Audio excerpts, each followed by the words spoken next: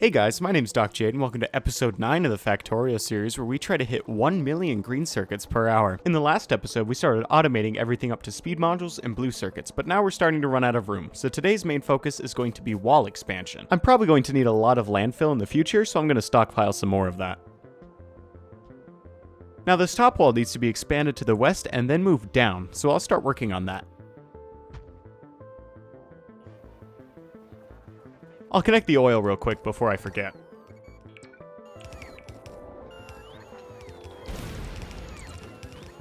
Now, I'm paranoid about the wall losing power, so I'm going to place this Lovecraftian-esque nightmare of power poles. Now I'm going to send the artillery train over to clear room for the wall. I'll probably have to do this again later.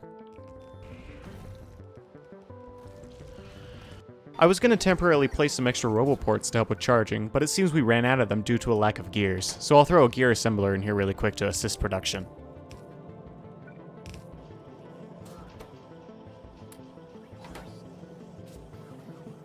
I'll also throw an assembler for the roboports into the bot-based mall, just in case. I'll also force feed it some steel due to high demand. We aren't making any explosives at the moment due to not having enough coal input, so I'll add a priority splitter here.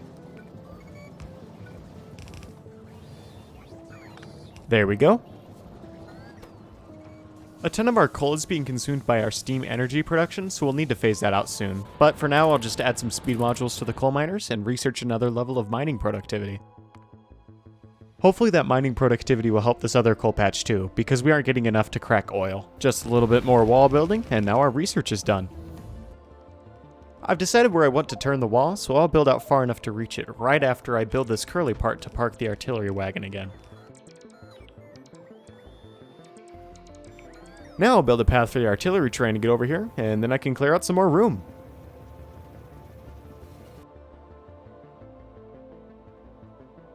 That should do it for now.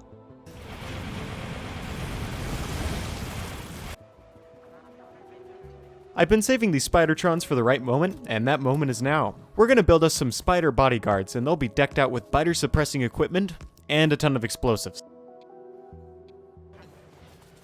Now, our main Spidertron has one exoskeleton in it, so we're going to need at least one of those per bodyguard so they can keep up. And I'll throw in some shields and lasers in their remaining slots, and we're ready to rock. I'm super glad you can copy and paste equipment between Spidertrons. Also, I apparently forgot to finish making Mark II power armor last episode, so I'll go do that right now, because I need the extra inventory space. It's missing blue circuits and 2 different level 2 modules, so I'll set up some temporary production for the modules, and then I'll go grab some blue chips.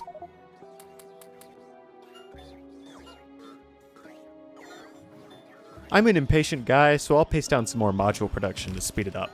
And there we go! I do wish there was a way to make your inventory even bigger, but this'll have to do. I'll go ahead and throw some new equipment in, including a 4th exoskeleton, and we're ready to rock. Now I'll use some Spidertron remotes to make all the bodyguards follow Dave, and then we can go test them all out.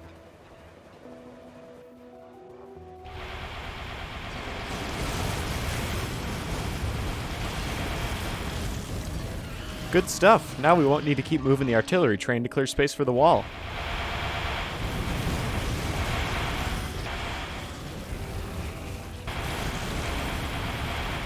Now I'll go ahead and deconstruct the squiggly part of the wall, and then we can start expanding the wall again.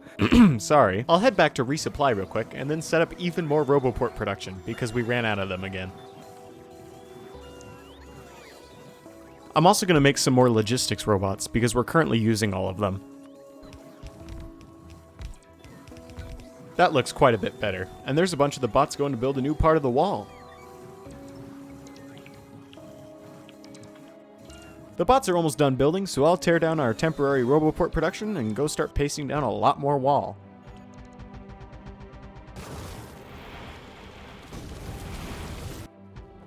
This wall will eventually cross the lake, but for now I'll stop here. But I'll place down the Roboports to speed up the building process. Here come the bots! I'm going to send the Spidertrons in this spiral pattern, mostly because I'm bored, but also I want to make sure there's no biters behind the wall.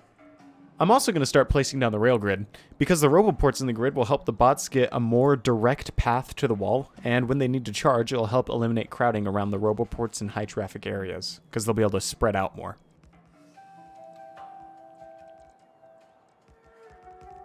Also, I'll close that gap in the wall now. I don't remember starting flame damage research, but it's done now, so that's cool. I guess I'll do another level. There was this huge spike of power usage from laser turrets, so I'm not sure where it came from. Maybe it was the bots placing a missing power pole? I don't know. Leave your theories in the comments. I'll connect the new rail grid to the old one real quick, but our bots are taking a massive strain on our power grid, so I'll paste down a second nuclear power plant, and I'll automate all the materials we need for that really quick. I also apparently researched more laser damage, and now I'll research the final level of inserter capacity bonus.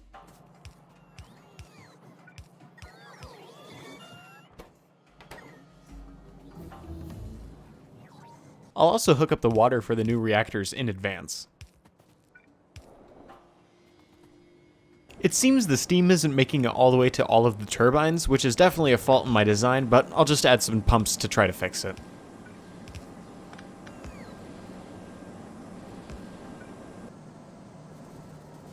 That seems to have helped, and power production has also increased slightly, so that's good.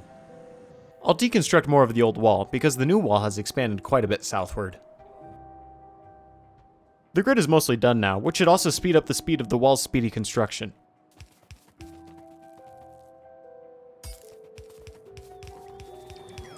Now the wall north of the lake is done, so it's time to start preparing to build the southern wall.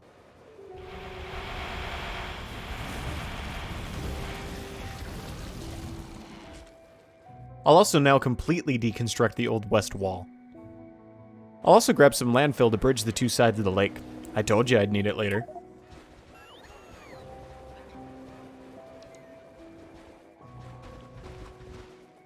I'm also going to connect the rail grid across the lake because I don't want the bots to take forever to travel across it. I used a cool website to put landfill under the rail blueprint so I don't have to fill in the entire lake, just the parts where the buildings go. It's super convenient. I also need to get rid of this extra wood. If only I had a way. Anyways, after some more grid spam, it's time to expand the wall more. A lot more.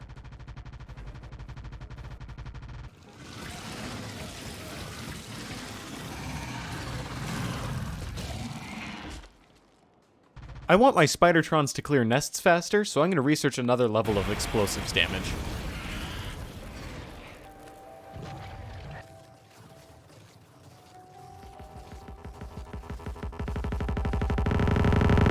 Explosives damage is done, but I'm greedy, so I'll research it again so it can stay on screen for a while because I don't actually have any of the Yale Science Packs. I need to research it due to a prolonged shortage of steel, which is due to a shortage of coal, but I don't know that yet, so instead of fixing that, I'll automate some more roboports because we ran out of them again. About 8 minutes later, I tear down the production, having satisfied our temporarily heightened demand of roboports, but there's a new issue. The bots have to fly a really long way to build stuff now, drastically slowing down construction speed, so I'll throw down another Amazon distribution center to hopefully shorten total flight time.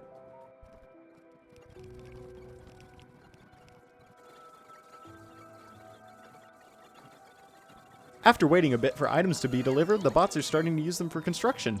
Neat. New problem. We don't have all the materials for construction. We're missing 74 lamps! In all seriousness, we're missing laser turrets and flamethrowers, so I guess we finally dried up the stockpiles we had accumulated. Anyways, I'll cancel the greedy research, now seeing the error of my ways, and I'll start working on the missing materials. First up, bricks.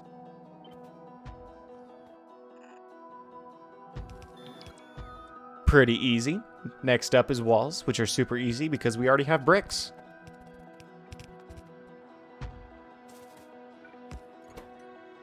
There we go. I'll use passive provider chests instead of steel chests at the pickup stations so the bots can snag them directly out of the stations. I'll probably never have a wall delivery train, so there's no need for a station, but I think they look cool, so I'll keep it anyway.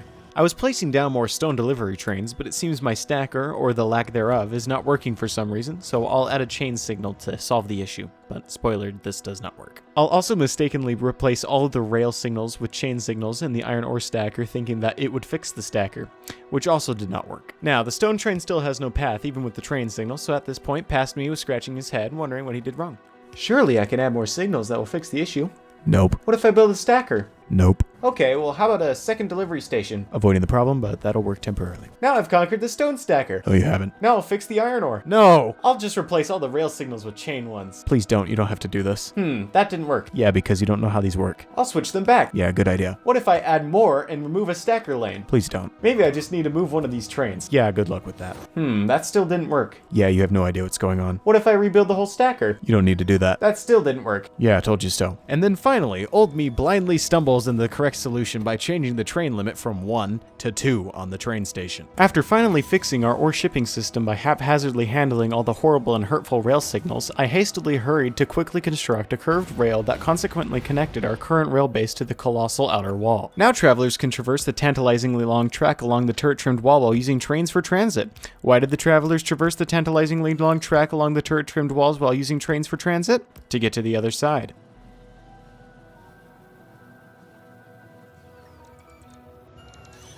This is the other side. Anyways, we're still missing a ton of laser turrets and flamethrowers. Production in the main base is stalled due to a lack of steel, which seems to be a reoccurring theme. So I'll go ahead and start working on automating flamethrowers, and when I'm done with that, I'll start automating laser turrets. First up to automate is gears. We're gonna need them for engines.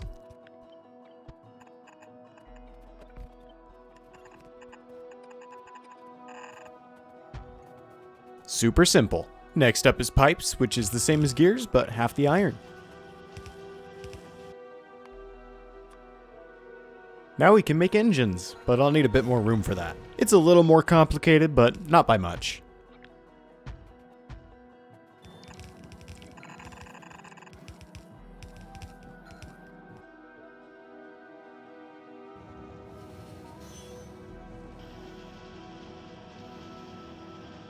Looks like I named it wrong though. Let me fix that speed real quick.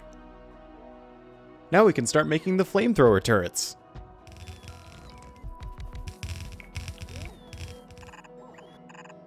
And there we go. I'll put the output into provider chests again.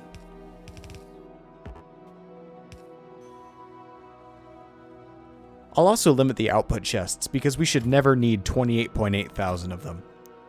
6,000 should do. But this production sure is slow. If my math is right on this, that is less than 1 per second. But my math is wrong quite a lot, so you can probably ignore that. Next up is batteries. If I'm starting to sound weird, it's because it's 11 at night. And apparently I forgot to record the rest of battery production, so here's laser turrets instead. Oh, and here's what the finished battery production ended up looking like. Laser turrets are done. Mostly. There isn't enough copper to go around, so we aren't producing batteries at the moment. This is due to a terrible copper mining setup not supplying enough ore. But the good thing is there's another copper patch that we can mine from over here. I'll go ahead and throw down some miners faster than you can say anti-disestablishmentarianism. With 2 blue belts of output mixed together in a non-optimal way, this should satisfy our copper needs for a while. We're also running low on iron plates, but the issue there is we aren't smelting it quickly enough, so I'll paste down some more smelters. Oh, and one for copper too. Also, I forgot to mark our Amazon warehouses, so I'll do that really quick with a minimal rendition of their corporate logo. Remember when I said that we needed to phase out steam power less than 2 minutes into the video? Well, now it's time to do that. I'll also upgrade the coal belt, because I just realized the main reason we aren't getting any steel is because our main steel smelter uses coal still and isn't electric. Whoops. Anyways, construction is getting near to the end of the wall, so I'll help it out a little bit with some roboports, and then I'll finish blueprinting the rest of it. I'll also expand that rail base down here so it'll continue to help with bot charging.